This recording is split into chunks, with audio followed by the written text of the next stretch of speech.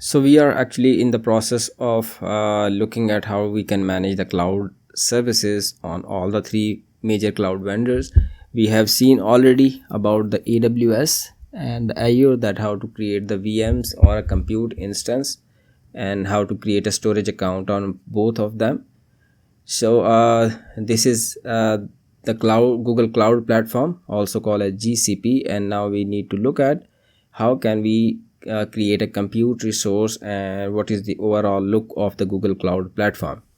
So once you will log into this account, here you will see that there are three bars in here, and from here you can select the services that you are interested in. But before that, there is a little bit change in the Google Cloud Platform, and that is this APIs and services. Before provisioning the compute resource, you need to make sure that it is enabled, your APIs are enabled or not. Okay, so this is the interface of that. You click here, enable APIs and the services, and you can search from here. Either you can search it from here and paste the name of the API that you are interested in, and for the compute I will write here the compute engine API. So I go in here and click over here to see that how can I do that. So here it is showing me that this API is enabled, and what that means is I can create a compute instance or deploy a compute instance on the Google Cloud Platform. Okay, so going back to the services, so if you need to create that, you go to here, compute engine, and from here you need to click on the VM instances. Okay, we click here and then we can create a compute instance as well. The second to that is like as three buckets or storage accounts. We have just buckets here. We click on the buckets and we will go towards the bucket section. Let me show you quickly. So here, as we do not have any buckets right now, so we can create the bucket in here just by clicking on this button, create, and we will see that how can we create the bucket in here. But let's move towards the next thing first, because this is an overview. We go to the VPC network. Okay, so as in Azure or the AWS have told you that networking is a very important component of any infrastructure. You need to see how you need to actually configure all the routes, the firewalls, how the network is going to communicate. Okay, so I click on the VPC network, and if I click here VPC network, it will show me how many software defined networks are currently there. So right now only default is there, and it has 4 firewall rules enabled, because if we will have the VPC network, only then we will be able to apply some policy on there, that if the traffic is following these rules, these things must get triggered, and it either stop the traffic flow or block that IP address, even that. Okay, another thing is Cloud Run. So if you want to see that how you can deploy your application written in any language using the Cloud Run, it is just like a container service, and you create something and then you create a container image of that, and using that you can deploy over here. This is again not the lecture to explain the Cloud Run service, but just I am showing you the things. Now again, coming back to the compute engine, VM instances. So here we are going to create an instance. It is also a guided thing, so you can learn how to you can create some things over here. So you click on the create instance, and in the same way it asks you for the settings. Okay, so you name it something like this, like I want to name it as let's say this is my first GCP demo instance. So which region you want to deploy it, based on the closest region to your clients, and then the zone, availability zone they're will be more than one availability zones, or might be a single availability zone based on whichever you are going to select from here. Okay, and they have also added something related to green computing, like there is less carbon emissions in here as compared to other. Okay, so from here you can select the series. Okay, series related to like uh, machine types have two things. Either it is the first is the CPU and the second in the memory. You can first select the type of series. So in here it will tell you, like previously we've seen that ARM processors or Intel processors were listed in the drop down. They have more than that options, what kind of ARM or AMD or processor type you need. So if I go with the E2, okay, so E2 means that CPU platform will be based on the availability, whatever that will be. It must not matters to you, and if that matters to you, you have to select them explicitly from here. So let's move that to the micro. We want to make it simpler. Okay, you can set some advanced settings from here. If you want to add some GPU, like you want to do some work related to matrices or data science, you can add or that from here. So another good option is actually the confidential VM service. Okay, so this service adds protection to your data in use by keeping memory of this VM encrypted with keys that Google doesn't have access to. So there are plenty of security options that they provide. You can use the trusted platform module, or you can set some password, and all the programs that will be running in here will be in the memory that will be encrypted by some key that you own, and Google doesn't own that. Okay, so that is called as the confidential VM service. Now we need to assign a boot disk, a hard disk to it. So it has automatically set size to 10 GB. Then the type to this, you can also change that from here.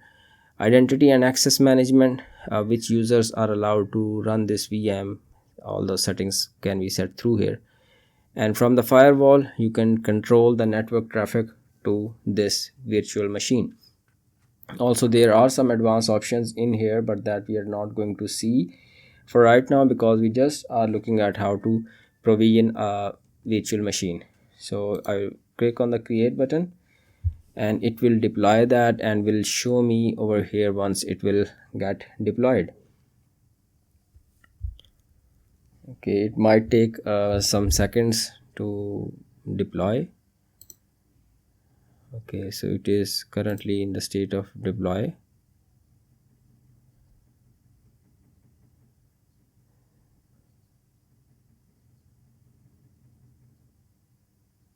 So I cannot use this availability zone because I'm using my student account.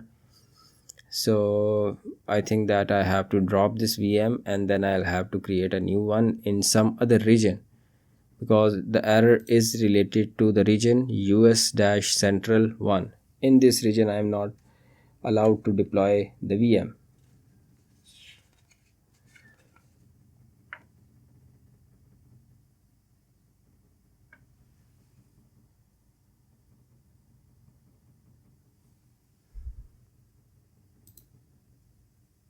Let's see what we need to do in here.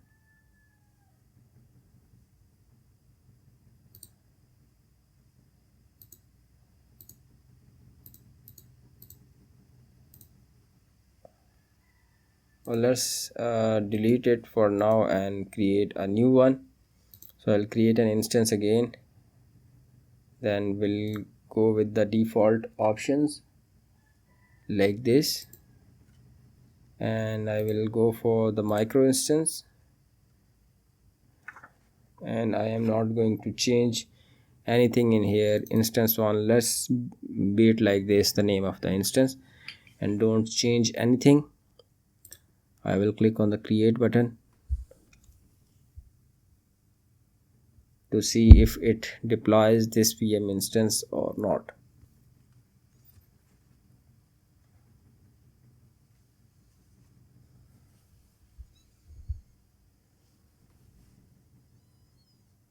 So it will take some time. Again, it says that create VM instances and it's boot disk instance 1. So it failed actually.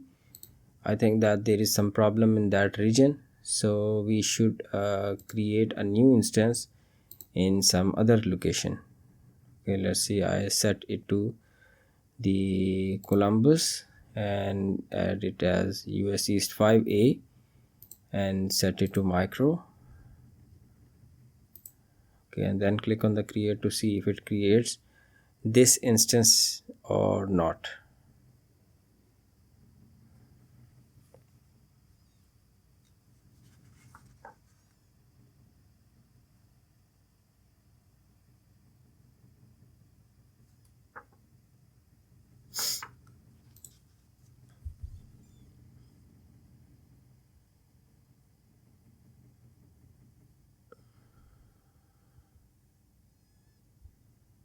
So I think that there is some problem with my student account.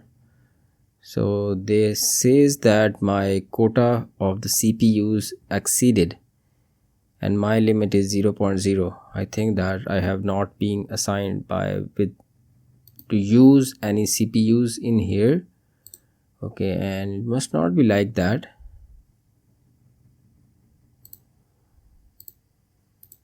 Right, so but it is happening right now. So what can we do? Let's change it to someone else, change it to here. But again, I think so I will receive same error. But the point is I have shown you that how can you do the things in here. I don't know if this is an appropriate amount of the disk size right now. So click here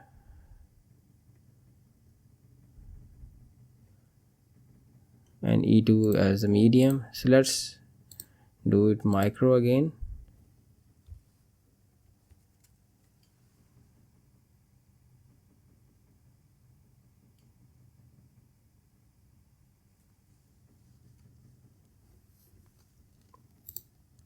Click on create.